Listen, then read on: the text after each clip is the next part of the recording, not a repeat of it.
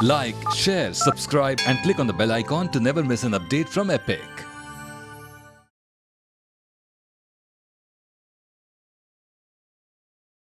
क्या आप जानते हैं भारत में पहली बार लूडो जैसे बोर्ड गेम्स कुछ 3000 साल से खेले जा रहे हैं। आज जो गेम आप स्नेक्स एंड लैडर के नाम से जानते हैं, इस गेम का असली मुद्दा कर्मा था।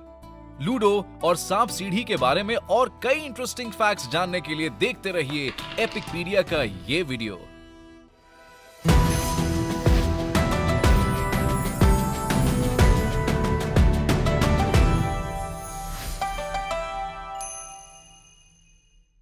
लूडो थोड़ा लक और थोड़ी स्ट्रैटेजी के साथ रेसिंग फॉर्मेट वाला ये सिंपल सा गेम भारत में कुछ 1100 BCE से खेली जा रही है।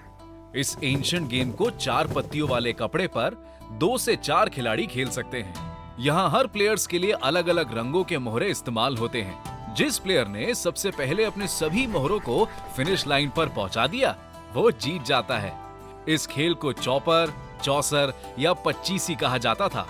हर प्लेयर्स के मोहरों की चाल कुछ कौड़ियों से डिसाइड होती थी, जैसे कि एक प्लेयर जब 6 कौड़ियों को फेंकता है तो जितनी कौड़ियों का मुंह ऊपर होता है उस हिसाब से स्कोरिंग होती है।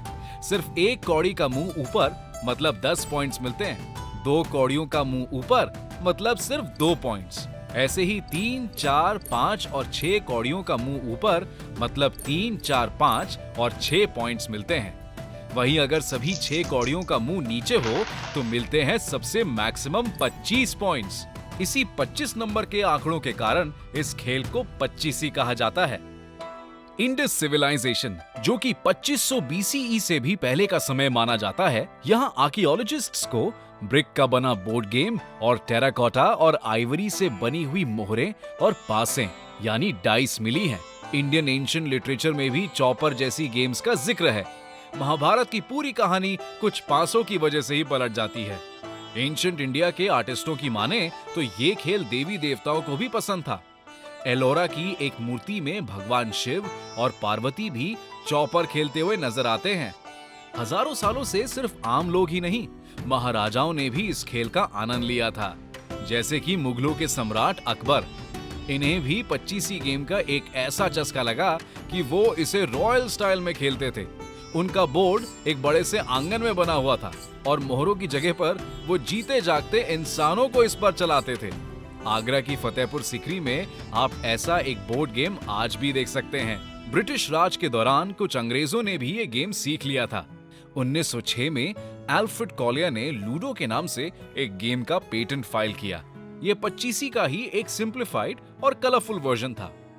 गेम यूरोप और अमेरिका में हिट हो गया और फिर कुछ ही सालों में इसके और भी बहुत सारे वर्जन्स कमर्शियलाइज हुए। दूसरी तरफ लगभग 10वीं शताब्दी से भारत में एक और गेम खेला जा रहा था। इसे मोक्षपात, नागपशम या ज्ञान चौपर कहते थे, जिससे स्नेक्स एंड लैडर की ओरिजिन हुई। 10th सेंचुरी के एंशिएंट इंडियन टेक्स्ट में ज्ञान चौपर के बारे में बताया गया है कि वो ज्यादातर रंगे हुए कपड़े यानी पातस पर खेले जाते थे। ये गेम ओरिजिनली 72 स्क्वायर्स का बना बोर्ड गेम होता था।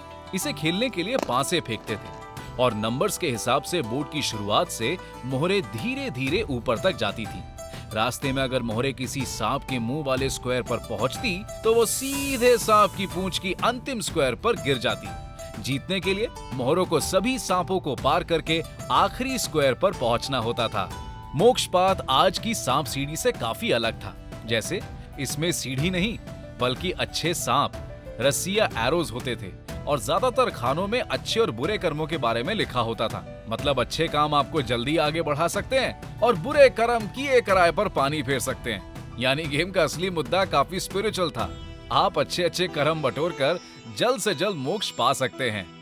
19th सेंचुरी के अंत में यही ज्ञान चौपर को अंग्रेजों ने ब्रिटेन में इंट्रोड्यूस किया, जहां उन्होंने इसके ओरिजिनल गेम प्ले को तो बनाए रखा लेकिन इसके डीप फिलॉसफी को नष्ट कर दिया। धार्मिक गुणों और दोषों को खात्मा करके इसे बस 2 भाग वाले कार्टून नाटकों में ट्रांसफॉर्म कर सिर्फ सांप और सीढ़ी से जोड़ दिया। इतना ही नहीं, सांप और सीढ़ी की संख्या को भी इक्वल कर दिया गया। जहां ओरिजिनल खेलों में आमतौर पर सीढ़ी के कंपैरिजन में अधिक सांप थे, जो इस बात का प्रतीक था कि अच्छाई को बनाए रखने के मुकाबले में बुराई का शिकार होना काफी ज्यादा आसान होता है। भारत में ही जन्मे ये दो बोर्ड गेम्स आज भी उतने ही पॉपुलर हैं। आज की जनरेशन के लिए अब ये गेम्स मोबाइल और वेब एप्स में भी अवेलेबल हैं। 2020 के लॉकडाउन में विकास जायसवाल का डिजाइन किया हुआ लूडो किंग इंडिया का मोस्ट डाउनलोडेड मोबाइल गेम था। कुछ तो खास है इंडिया की इन एंटीक गेम्स में कि आयरन एज से लेकर के सोशल मीडिया के जमाने तक ये इतनी पॉपुलर रही। गांव में पीपल के पेड़ तले या मुंबई की किसी फैशनेबल कैफे में, ट्रेन्स में अजनबियों के साथ या समर वेकेशन में कजन्स के साथ, और बदलते हालत में पुराने दोस्तों के साथ ऑनलाइन, लूडो और सांप सीढ़ी आपके लिए हमेशा तैयार है।